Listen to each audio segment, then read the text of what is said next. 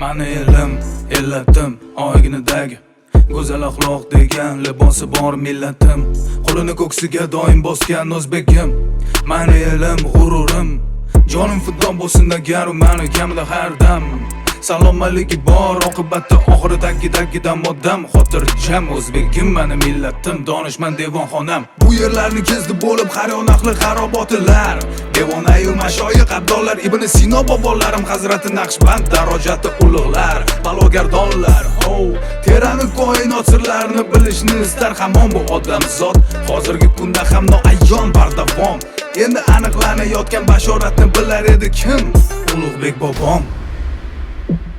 O'zbegim